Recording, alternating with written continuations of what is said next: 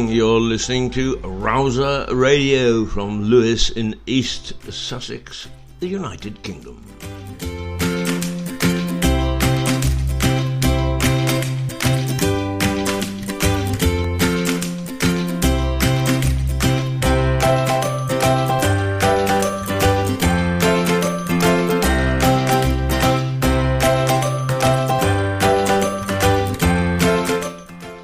Keith Hayes pretending to be Jack Demanio. We were 3 minutes late this morning.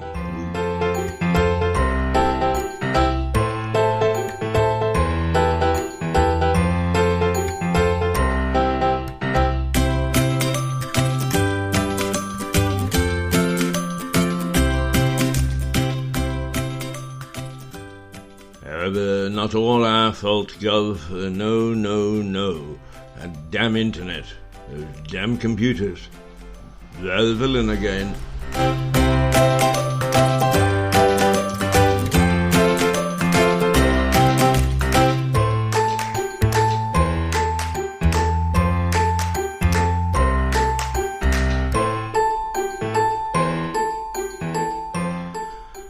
Good morning, and there we are, Buddy from Ben Sound. Those lovely people at Ben Sound who they have some terrific music, and I hope that bit by bit we make people aware of it.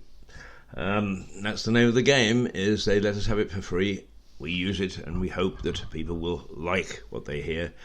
And other people, particularly program makers, will use music from Ben Sound by paying a bob or two, and so they should. Last night, I settled down at about 8 o'clock to do some work. I noticed a flashing through the window. I looked out, and there was the BT HubSpot or OpenReach or whatever, two vans busy working away at the cables outside. So I did a little quick check and discovered that whole area of southeast England was without internet. There were problems all over. Brighton, Uckfield, through to Hastings, almost up to Gatwick. And so, unfortunately, I wasn't able to do my homework, as it were. Naughty, naughty boy. But this morning, it took ages for everything to open up. I assume that it wasn't my computer. It hasn't said to me that it's a naughty boy. So I suppose, really, that there are still some lingering problems for whatever happened last night. Undoubtedly, if I do a wee bit of a search this morning, somebody somewhere will have explained why we had so many problems last night, and that we cannot get onto the internet very, very quickly. Anyway, here we are. And Jack Demanio would have been proud of us. He wouldn't have known what a computer was. Well, he would have. We were talking about computers in those days. But I had no. I can remember two friends of mine saying that they were into computers, and I thought, sounds a bit weird to me. I don't understand. And then another colleague who worked for PricewaterhouseCoopers, although Coopers and Lybrand as it was in those days because the merger hadn't arrived, and was explaining just how word processing would benefit their operation and so on. He was, again, a forward thinker, read a lot, saw what was going to happen in the future, and was way ahead of the game. Now, I am a Luddite. When it comes to technology, I would throw every computer into the river. However, I do recognize that we need them. My only beef with the computer is that they are now running man instead of man running them. I got another one yesterday. It's from a financial institution. And it's the most obsequious bloody letter that I've ever come across. And, first of all, this particular institution will send you an email saying, we're here for you throughout the pandemic. We are here to help, etc., etc. Don't be afraid to call us, and so on. And then an actual letter comes through the mail. What does it say? Oh, dearie me. It says, you have exceeded the limit on da da da da da, and if you do this, blah, blah, blah, and this is the penalty, and we're doing this. Thanks for all the mealy-mouthed words. I've spoken to these people. I'm sorry, but the computer didn't register your payment in our system. That's my fault. Your computer didn't register my payment. And, oh no, we can't stop the computer sending you these nasty letters. So we do actually apologise. We will withdraw the £12 that we've stung you. Right? We've fined you. No court of law. No, just £12. Thank you. If you don't pay it, oh. Well, there you are. That's the world we live in. But the thing that is really, I'm getting ready, because I didn't benefit at all from cash, from the lockdown, the pandemic. Yes, my accounts are as self-employed, and as self-employed, I didn't meet certain criteria. So everybody else is enjoying 3,000 here and 3,000 there, and thank you very much. Everything was in order. I didn't get anything. I could almost guarantee that. It's amazing. Anyway, we struggled on. But in the meantime, I am supposed to have been made to feel very guilty if I didn't take my pot and my pan and go out and stand on the doorstep and bang a wooden spoon on a saucepan, supporting the NHS. Ha ha ha. Well, I don't support the NHS. It is a busted flush. It is one of the worst run organisations anywhere in the world. And every time somebody says our precious NHS, it makes me want to throw up.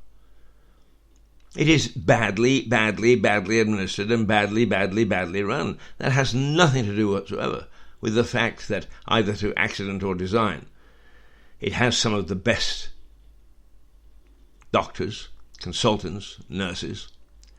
I never ever have any axe to grind with 90% of NHS staff. The NHS itself is just dreadful, and it does not learn. So here in Lewis, we're going to have a major hub. All the surgeries and the dental systems all going to be merged together into one great big amorphous mass. Already, I've had trouble getting a prescription filled. All the people that knew me are somewhere in this great big merger. I don't know where they are. But I have a letter saying that I have a dedicated physician, a dedicated doctor, because of my age and vulnerability. Has its rewards. And I don't know whether I'm going to have a fight to be able to see them. But I'm not seeing anybody else. I'm sorry, I'm sticking my heels in. That's what the NHS said it would do, so I'm going to make it do what it promised. Because it doesn't want to. No. Well, you see, no. You see. That's how I think that I have lasted to this great old age of 80, because I've had good treatment from my doctor and my consultant and from most of the nurses in my local practice. And now that you've managed to merge them all into one great amorphous mass, when I go in, I see Dr. A or Dr. B or Dr. C or Dr. D is no, thank you. Don't want to. Don't intend to. It's rubbish. Bigger isn't better. Not only that, one of the things we've been discussing many a time, and you can see any commentator in the paper or on radio or television and so on, say, we don't know what's going to happen as a result of the virus. Well, I'll tell you one thing that shouldn't happen, and that is that we shouldn't lose any sense of community that we have. Merging doctors' surgeries and making these great big health hubs, it may make the people at the top feel great and give them justification for upping their salaries by another 30-40% to obscene amounts. Who's paid more, a hospital administrator or a footballer? And it's unworkable. Everything that the dickheads that we've got in charge today is unworkable. And I am going to start a campaign saying, can we get our Lewis back? Not please, we want our Lewis back. We demand our Lewis back, because at the moment our council is in name only. We are run by a civil service that's based in Eastbourne, that takes our money and decides where it will be spent. And there's every evidence that it's being spent mostly in Eastbourne and not here. Nothing against Eastbourne, nice people, lovely town. Been a lot of my cash, thank you. And it's about time that Lewis, once again, which was once the county town of East Sussex, and was the heart of decision-making, should be able to at least have a say in its own destiny, which we virtually do not at the moment. It's rubbish, it's nonsense. We want our town back. We want to be able to say how our money is spent. We want to be able to hold our local politicians and our civil servants to account. And I was very tempted, except it would have been rude, to put a giggle at the bottom of a photograph which appeared saying how the alliance, we've got a coalition of smaller parties.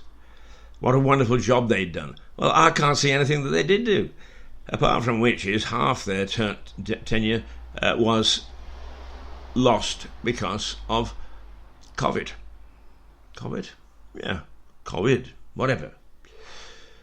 And it's typical of politicians to use something so dreadful, such a disaster, to say, look at how wonderful we behaved. Well, you haven't. You've been lousy, in fact. You've been awful. And you get worse and worse and worse. I have real issues with you. And every time I turn around and I'm promised something, I find that somebody ducked and dived somewhere. Well, out with you. Out with the lot of you. Let's start afresh. Let's have a decent town in Lewis. You can see it beginning to fray. You can see the edges starting to get a bit stringy. You can see the shops closing. All right, not all your fault. But you haven't exactly handled things well at all. So let's have our town back. Eastbourne, I hope you get a very, very nice group of people. And I hope that you flourish. But as Sir Lewis, we want to have a say in our own destiny. And that's been taken away from us without a vote. There was nothing democratic about it. So, let's get it back. What a huge mistake. And the civil servants and the politicians continue to make huge mistakes. I don't know where they live. They live in some la-la land, in some bubble. Oh, dear, dear, dear, dear, Keith. You're really on about it, aren't you, this morning? So anyway, we've had a go at the NHS. Now, what we'll do is we'll think of 3 square meals a day and a roof over your head, courtesy of Her Majesty's government. The only thing is, on your days off, you can't go outside. That's it. You don't pay your TV license. And that's a gathering storm. Another monolithic organisation that everybody starts to say, our precious BBC. Well, go and work for them and find out just how precious your BBC is. Pretty damn awful as an organisation. Yes, it turns out some really good programmes. It's got some fine broadcasters. It's got some duds as well, but it has got some fine people. Who are they? Well, as far as the BBC is concerned,